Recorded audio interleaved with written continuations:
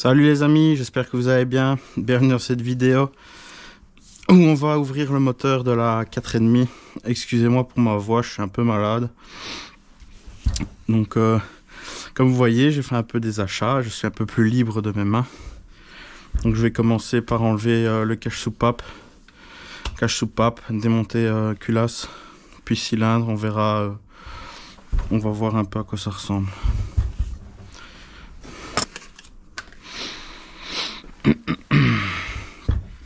Alors,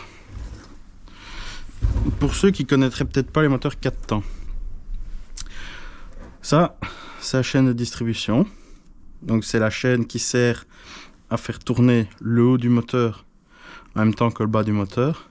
Donc le bas, c'est le vilebrequin qui lui fait tourner l'arbre à cam qui est là, qui lui fait pousser sur les soupapes pour les ouvrir. En gros, c'est plus ou moins ça. Alors maintenant, ce que je vais faire, c'est que je vais commencer. D'abord, je vais enlever le carter d'allumage ici. Donc enlever toutes les vis qui sont ici, tout le tour. Je vais peut-être devoir enlever le sélecteur pour que je puisse faire tourner, le moteur, pour faire tourner l'arbre à cam, le mettre au point Moreau. Donc le point Moreau, c'est quand le piston est au plus haut et que je puisse contrôler un coup les soupapes. J'aime bien contrôler les soupapes avant de démonter, comme ça je sais déjà si je suis bon dans les réglages ou si je vais devoir les régler. Donc là je viens d'enlever le carter d'allumage. Enlever les petites pattes en plastique. Le plus simple, c'est d'enlever la bougie, comme ça le moteur comprime pas et on a beaucoup plus facile à le faire tourner, parce que là il comprime, donc il est beaucoup plus dur à faire tourner. J'enlève la bougie que je vais remplacer d'office, hein. D'office, quand je fais le moteur, je change la bougie. Voilà, maintenant beaucoup plus facile à tourner.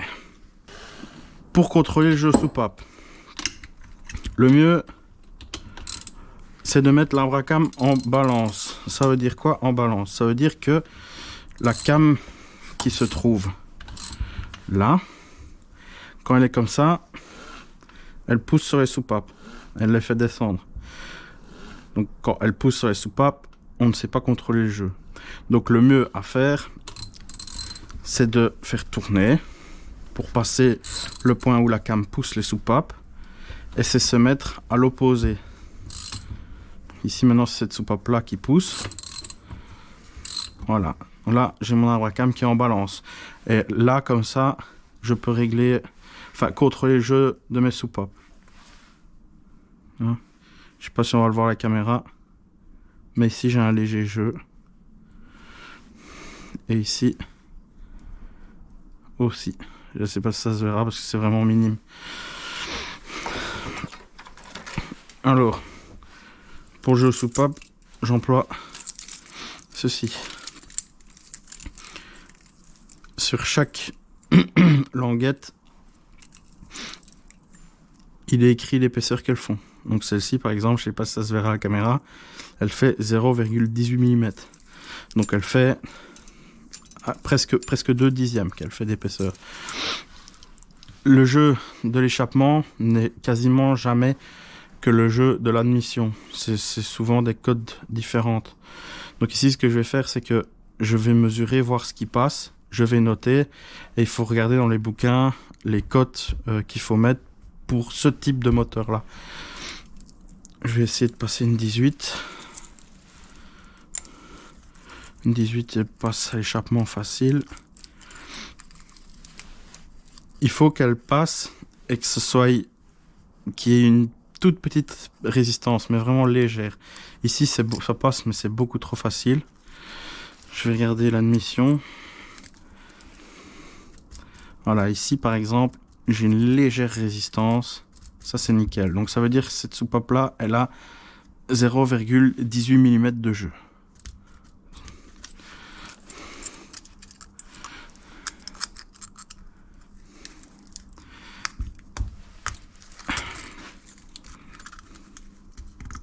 Et celle-ci, pareil.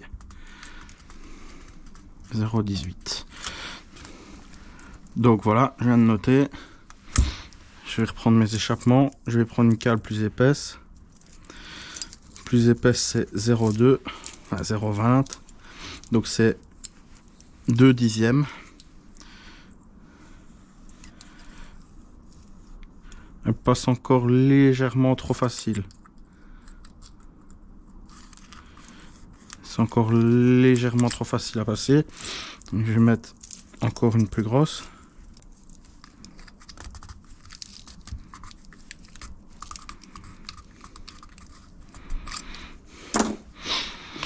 Voilà, donc je viens de mesurer mes soupapes. Ici j'ai 0,23, ici j'ai 0,25. Donc ça je vais le noter. Ici donc j'ai contrôlé mes soupapes. Maintenant je connais pas les codes par cœur, ça il faut regarder dans le livre. Alors quand je regarde dans le livre, je sais si je suis bon, si je suis pas bon, s'il va falloir le régler ou pas. Alors, comment je procède? Je vais vous expliquer une petite astuce peut-être. Pour trouver le point mort haut, c'est toujours mieux quand je démonte, j'aime bien mettre le moteur au point mort haut. C'est plus facile pour le remonter après. J'ai pas nécessairement besoin de le faire. Pourquoi? Parce que si je l'ouvre en deux, bah, je serai plus au point mort haut. Mais par exemple, le moteur de Husqvarna de Logan, lui, il est calé au point mort haut. Donc ici, quand on va changer le piston, on remettra le piston. Et puis, comme on est calé au point mort haut, je vais vous montrer comment on les cale d'ailleurs sur les moteurs autrichiens. C'est top comme système. Donc, on est au point mort haut. C'est beaucoup plus facile après de remettre ces arbres à cam. Parce que moi, ici, j'ai qu'un arbre à cam sur le 4,5. Sur le 2,5, il y a 2 arbres à cam. Un pour l'échappement, un pour l'admission. Et alors, les arbres à cam, ils ont un trait, là, qui doit être mis d'une certaine manière par rapport à la culasse. Et ce trait-là, c'est par rapport au point mort haut du moteur. Donc, il faut bien que le bas moteur soit aligné avec le haut moteur. Si on le décale d'une dent ou deux, ou 3 ou 4, ou même plus, même un demi-tour, ben, on risque de faire toucher les soupapes dans le piston. Et là, on casse. Donc ici, on met un tournevis ou quoi dans le puits de bougie. Là, je touche le piston. Si je tourne ici, à mon vilebrequin, on voit que le T descend. Si je tourne dans l'autre sens, il monte.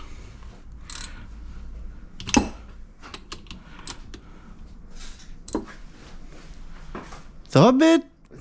Tu viens avec des cadeaux, là? Ouais. Donc, le point mort haut, c'est le moment où mon tournevis, qui n'est pas un tournevis, ne va plus bouger. Donc là je descends. Là, je remonte un peu. Là, je redescends. Donc, il faut trouver le point. Voilà. Donc là, j'y suis plus ou moins. Après, sur les moteurs KTM, il y a une vis ici. Là, avec une grosse rondelle. Je sais pas si on la voit. On retire la vis. On retire la rondelle. On remet la vis.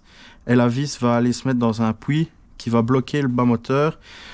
Et qui fait qu'on est au point mort haut. Et que le bas ne s'est pas tourné. Donc c'est pareil sur le moteur de Husqvarna ici. On l'a fait. La vis est là-bas en bas. Ici. Et là le moteur est bloqué, il s'est pas tourné.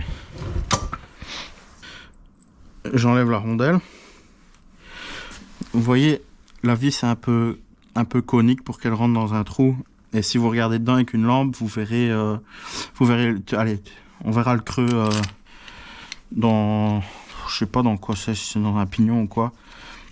Donc là, moi, je fais juste pour montrer, parce que je dis, si j'ouvre le moteur en deux, j'ai pas besoin de faire ça. Maintenant, pour le montage, ça peut être plus simple aussi pour le remontage de le faire. Donc là, j'ai su mettre ma vis contre mon carter. Si j'étais pas bon, j'aurais pas su aller mettre contre le carter. Ça sert à rien d'aller visser comme un fou à la clé, forcer et tout casser. Et là, je peux donner un coup de clé si je veux, c'est bon. Maintenant, je vais la redévisser assez bien pour être sûr. Je vais tourner un petit peu dans un sens. Voilà. Si je visse ma vis, voilà, là je bloque. Et là, je sais pas si ça se voit à la caméra, mais je suis pas contre. Et si je vais serrer avec ma clé, je sais pas serrer plus. Donc là, ça veut dire que je suis pas au point mort haut. j'ai été un petit peu vite aussi pour parler de la distrie, donc pour trouver le point Moreau. Donc comme je t'ai dit, je mets un tournevis et tout. En fait, c'est pour simplifier la tâche parce que il y a un point là. Là, il y a le point sur l'arbre à cam qui, lui, correspond aussi à chaque fois pour le calage de l'arbre à cam. Et en fait, je suis pas sûr, faut que je regarde dans le bouquin, mais je pense que le point se met face à la vis qui est là. Je suis pas sûr de ce que je dis, hein. Mais bon, parce que honnêtement, j'ai pas regardé quand j'ai démonté. C'est pas quelque chose qui me fait peur, pas loin de là. J'ai l'habitude de faire ça. Mais sinon, si toi tu viens démonter ça, démonte le. Donc mets-toi au point Moreau et quand t'es mis au point Moreau, contrôle bien où se trouve le point de l'arbre à cam. Et au pire, tu fais une trace sur la culasse ou quoi pour pas te tromper quand tu vas le remonter, quoi. Voilà. Après. Merde. Ça, il faut toujours faire gaffe, les gars, quand vous faites quelque chose. Des fois, il y a des bazars qui se barrent.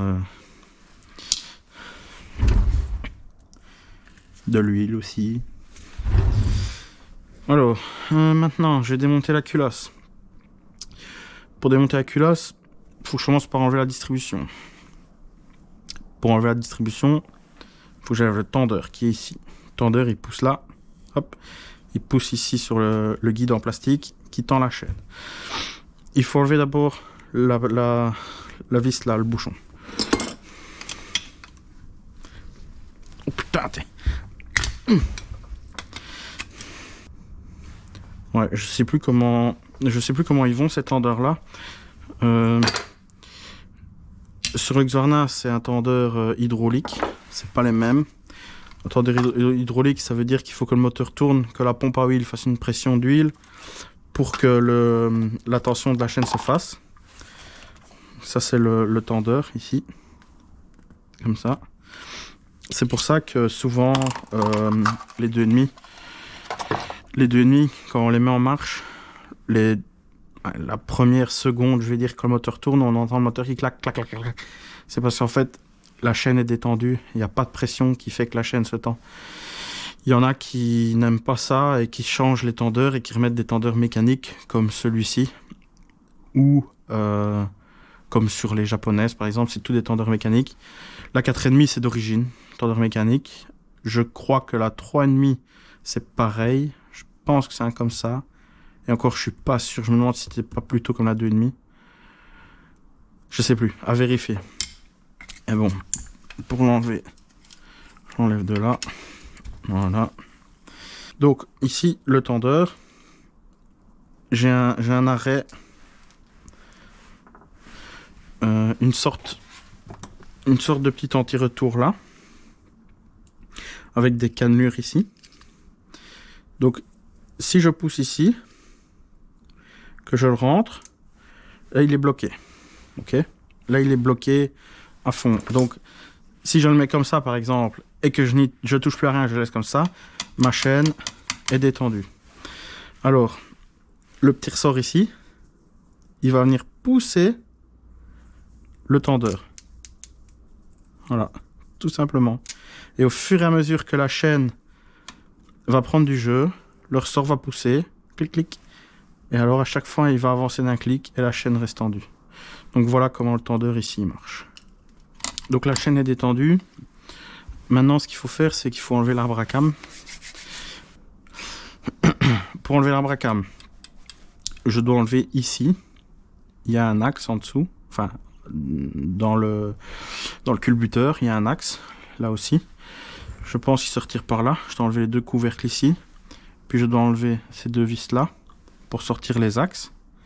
Puis après je vais enlever la vis là qui maintient l'arbre à cam et je vais pouvoir le sortir et enlever la chaîne.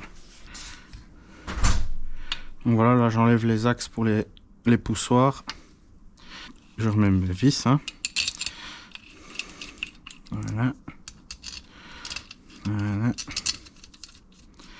Voilà. Après, j'enlève ce qui tient l'arbre à cam en place. Normalement, je devrais pouvoir enlever la chaîne et sortir l'imbracam. Voilà.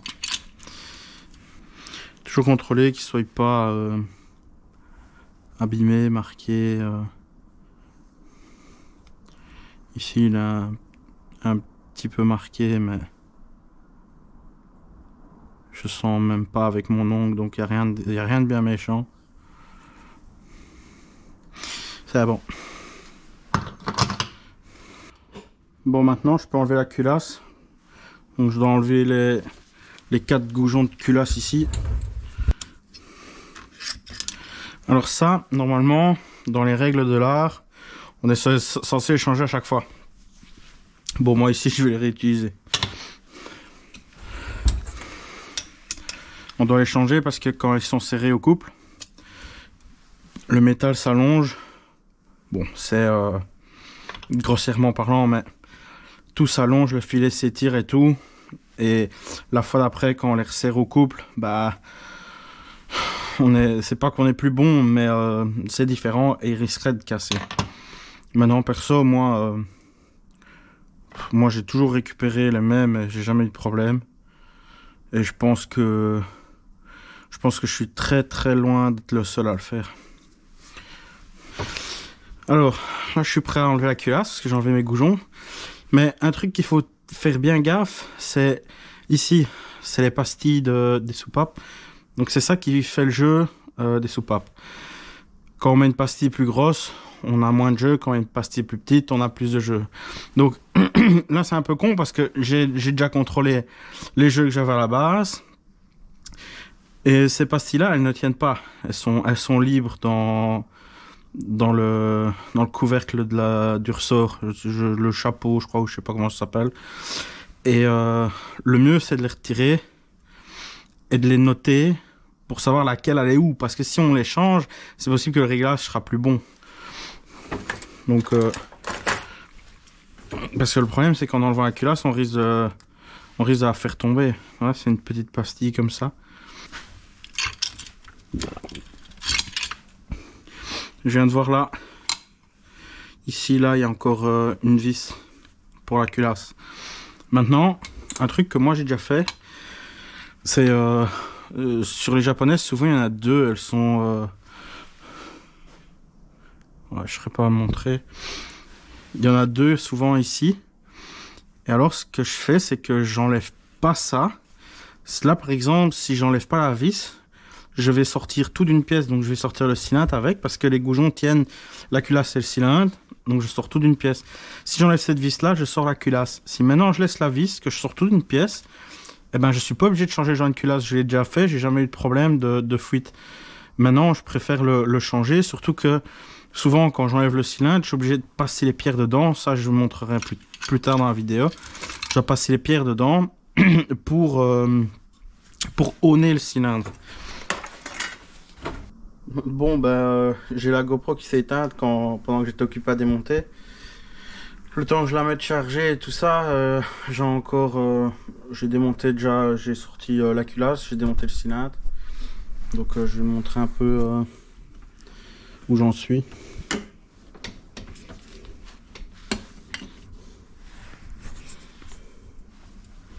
Voilà, donc la culasse, elle est ici. Donc, je l'ai démontée. Ici, on voit les soupapes.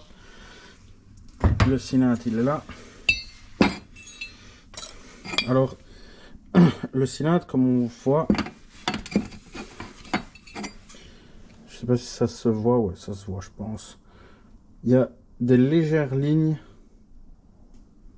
dans toute la longueur du cylindre. Donc ça, c'est pas quelque chose de grave en soi. Mais ce que je vais faire, c'est que je vais l'auner. L'auner, c'est quoi? J'entends souvent des gens qui me disent... des gens qui me parlent de réaliser un cylindre et des choses comme ça. Alors, il y a une différence entre un réalisage et un aunage. Un réalisage, c'est quoi? Déjà, un réalisage, ça se fait pas sur des cylindres en alu. Donc, ça se fait pas sur une moto de cross. Pourquoi? Parce qu'un réalisage, on va tout simplement augmenter le diamètre du cylindre en exagérant, hein. Mais donc un alésage, ça se fait sur une machine-outil. On augmente le diamètre du cylindre pour y passer un piston plus gros. Par exemple, si vous avez vu la vidéo du trophée 875 à Orp, là on roule avec des motos des années 70. C'est un cylindre en alu, donc le cylindre ici est en aluminium. Ce qu'on a ici sur ce cylindre là, ça c'est ce qui s'appelle un icacile. Et sur les CZ, l'extérieur est en alu, l'intérieur c'est une chemise. C'est une chemise en acier. La différence, c'est que la chemise en acier, elle est prévue pour être réalisée. Donc, elle est prévue pour être augmentée de diamètre pour changer les pistons. Ce qu'il y a, c'est que quand on fait par exemple un réalisage sur une CZ, moi la mienne, c'est une d'origine, c'est une 360 cm3. Et quand on réalise en dernière cote possible de réaliser, on passe en 380 cm3. Donc là, on augmente vraiment la cylindrée. Tandis qu'ici, avec un cylindre en alu, si on veut augmenter la cylindrée, il faut changer le cylindre. C'est pour ça qu'ils font des kits Athena et autres avec une cylindrée plus élevée. Et là, le cylindre est plus gros. Maintenant, je sais pas, je connais pas les différences de diamètre. Et alors, donc nous, ce qu'on va faire, c'est un aunage. Auner, c'est passer une pierre dans le cylindre pour qu'on ait plus nos lignes droites comme celles qu'on voit là, mais qu'on rattrape des lignes, je sais pas si on le voit, des lignes qui sont un peu dans tous les sens comme ça, comme quand le cylindre est neuf. Et alors, ce qu'il y a aussi, c'est que quand j'aurai passé mes pierres, je vais devoir mesurer le cylindre. Je le mesure comme ça. Je vais devoir mesurer l'intérieur du cylindre pour savoir quelle cote de piston je dois mettre. C'est pour ça qu'il existe des cotes de piston différentes. C'est par rapport au jeu qu'on doit laisser. Par exemple, sur un cylindre comme ça, on laisse un jeu de plus ou moins 5 ou 6 centièmes. Et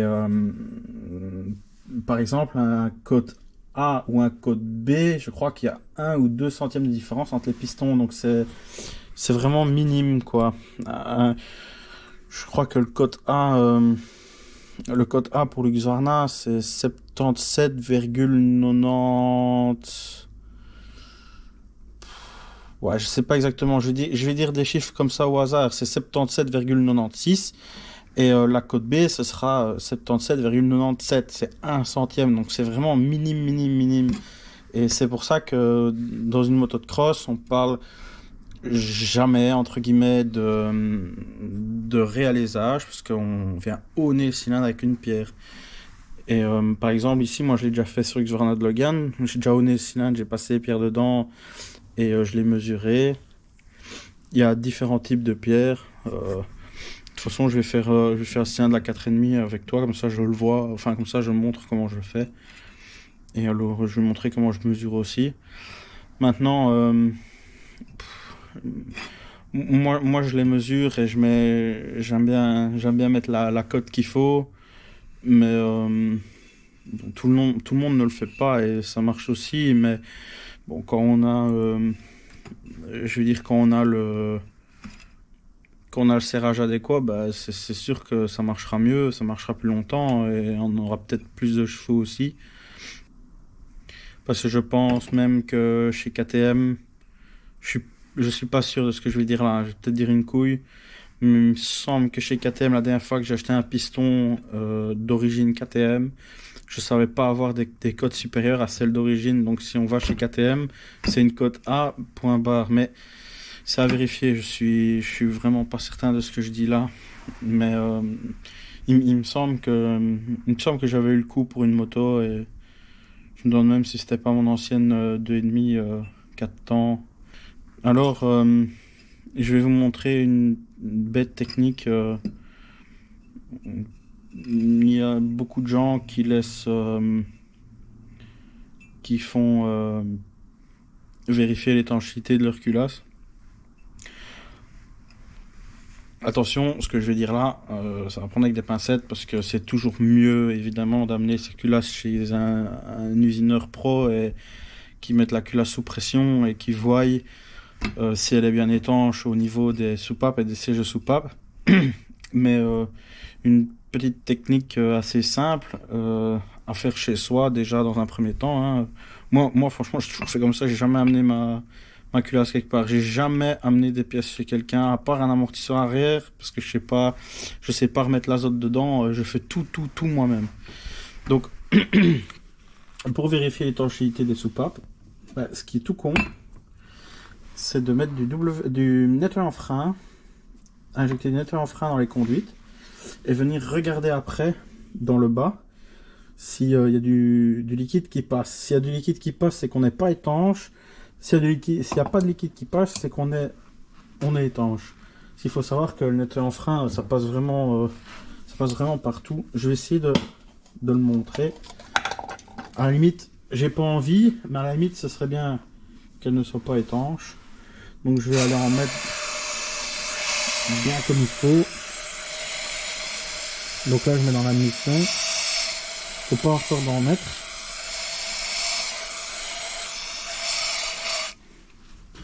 Voilà, on y met un peu beaucoup même. Et là, je sais pas si on voit qu'il n'y a rien qui passe. Donc ça veut dire que mes deux soupapes d'admission, elles sont étanches. Maintenant, je vais faire pareil. Maintenant, je vais faire pareil dans l'échappement. Je vais poser la caméra.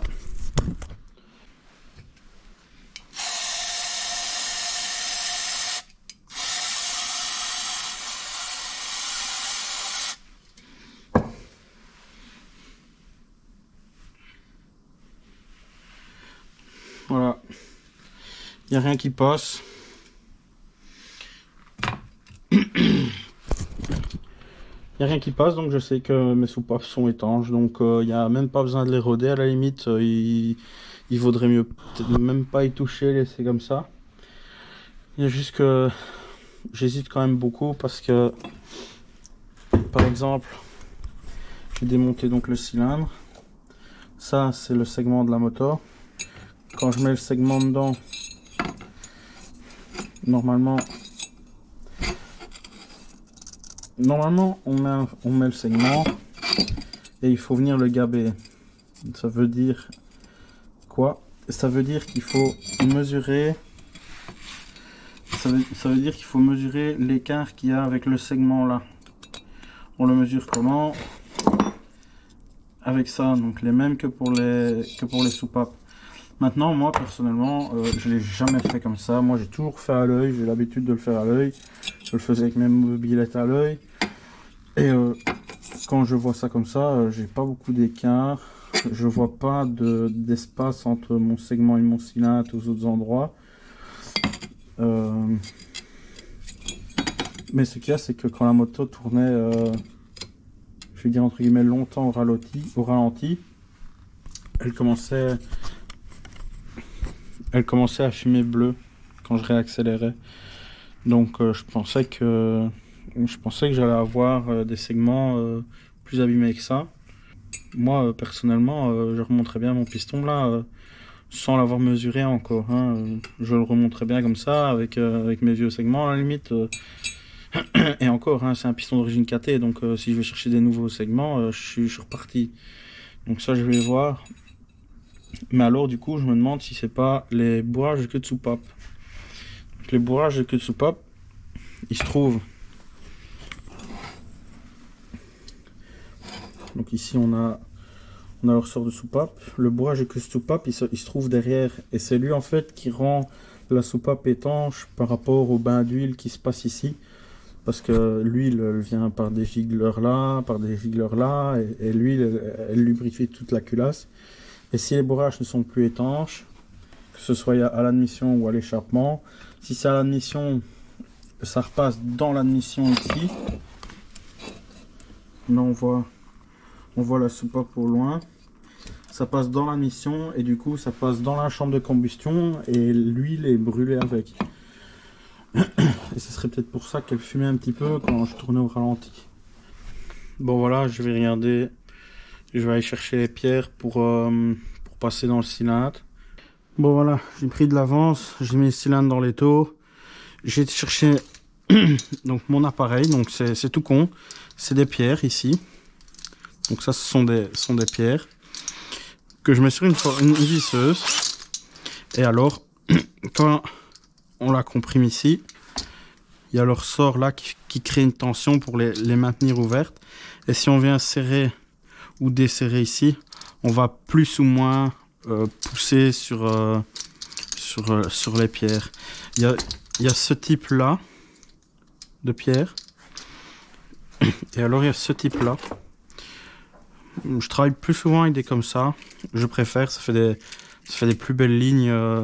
Parce qu'en fait, les lignes qui sont mises en diagonale, je vais dire, dans les cylindres, elles servent à ce que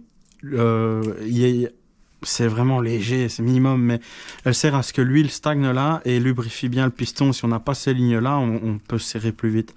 Et avec ça, on a plus facilement des lignes comme ça dans le cylindre. Mais ce qu'il y a, c'est que j'ai pas... ça, c'est pour les cylindres de 2,5. Et pour le 4,5, ça joue, quoi. C'est pas possible à faire. Et j'ai que celui-là. Donc, je vais le faire avec ça. Alors, il faut aussi que je lubrifie un petit peu le cylindre. Donc, je me dis où est des 40. Produit magique que tout le monde connaît. Je vais venir mettre mes pierres dans le cylindre. Je vais tourner pas trop vite. Et alors, je vais faire des mouvements de haut en bas. Et tu vas voir la différence après avec le cylindre.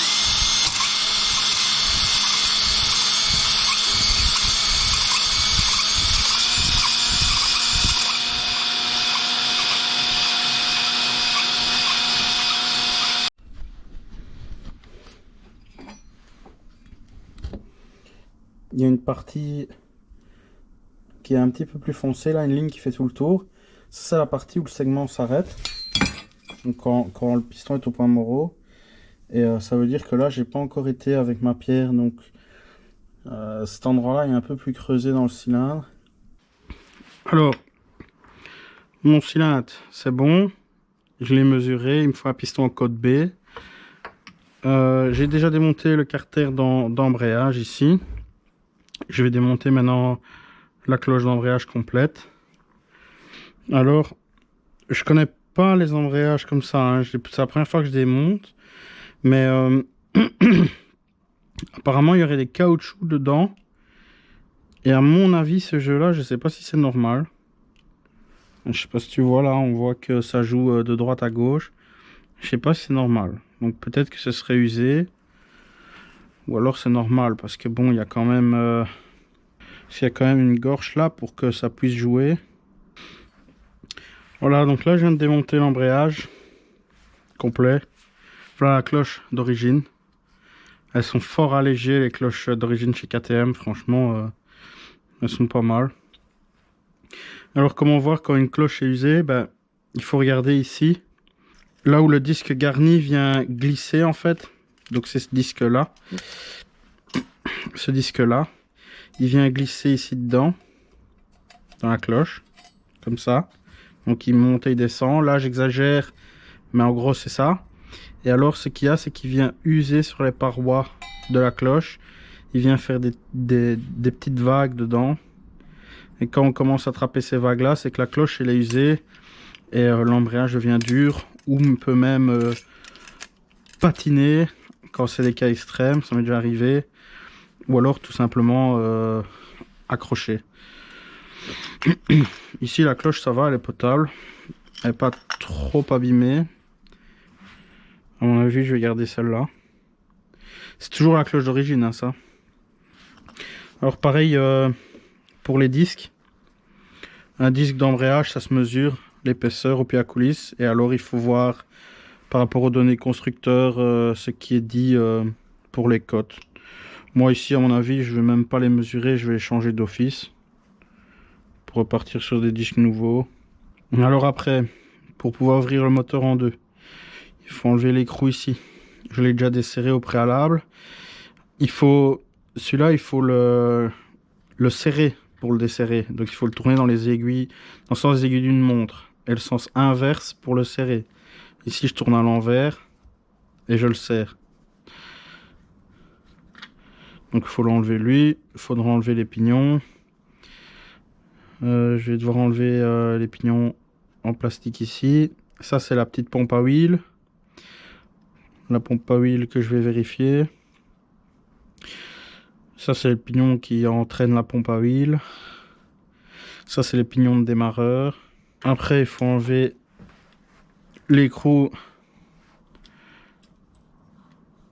du volant magnétique, volant moteur. Et alors, il faut une arrache volant pour enlever l'arrache. Pour enlever le volant. Je sais pas si je l'ai. Il va falloir que je vérifie ça. Je sais pas si j'en ai une qui ira là-dessus. Faut encore que j'enlève sélecteur, pignon. Donc sélecteur, pignon. Je dois arracher le volant. Je vais enlever ici de la pignonnerie. Il faut que j'enlève le démarreur. Je vais enlever déjà. Je vais déjà enlever celle-là. Regardez à quoi elle ressemble. Bon bah apparemment je sais pas enlever la pompe à huile comme ça. J'ai pas l'impression que l'axe veut sortir dehors. Maintenant ça se trouve j'ai fait une bêtise, mais je sais pas parce que j'ai encore jamais ouvert un moteur pareil. Mais j'ai pas l'impression que elle veut sortir. Alors le démarreur. Je me demande s'il faut pas aussi une arrache pour ce pignon là. À mon avis ici. Elle va aller se visser. Là on a un pas de vis. Ici j'ai un pas de vis. Donc à mon avis elle va se visser là. Et je vais devoir pousser là pour la faire sortir. Bah va falloir que je regarde pour avoir une arrache. Je pense pas que je vais avoir quelque chose de compatible. Maintenant je peux toujours en faire une moi-même, mais j'avoue que j'ai pas trop le temps ni l'envie.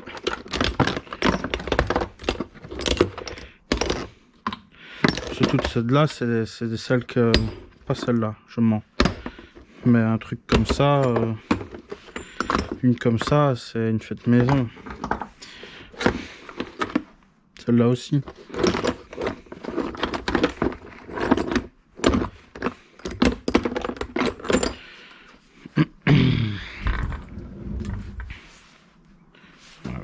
Je ne saurais pas faire plus. Je vais essayer de mon côté de trouver une arrache. Et ce qui est bien, c'est que pour toi, bah, ça va se faire tout de suite, quoi. Voilà, on est quelques jours plus tard là. J'ai trouvé donc l'arrache volant. C'est Pascal que tu as vu dans la vidéo de la présentation du trophée 875 à Orc qui en avait. Donc il m'a arraché le volant moteur et alors il m'a arraché le pignon qui est le pignon du vilebrequin côté embrayage.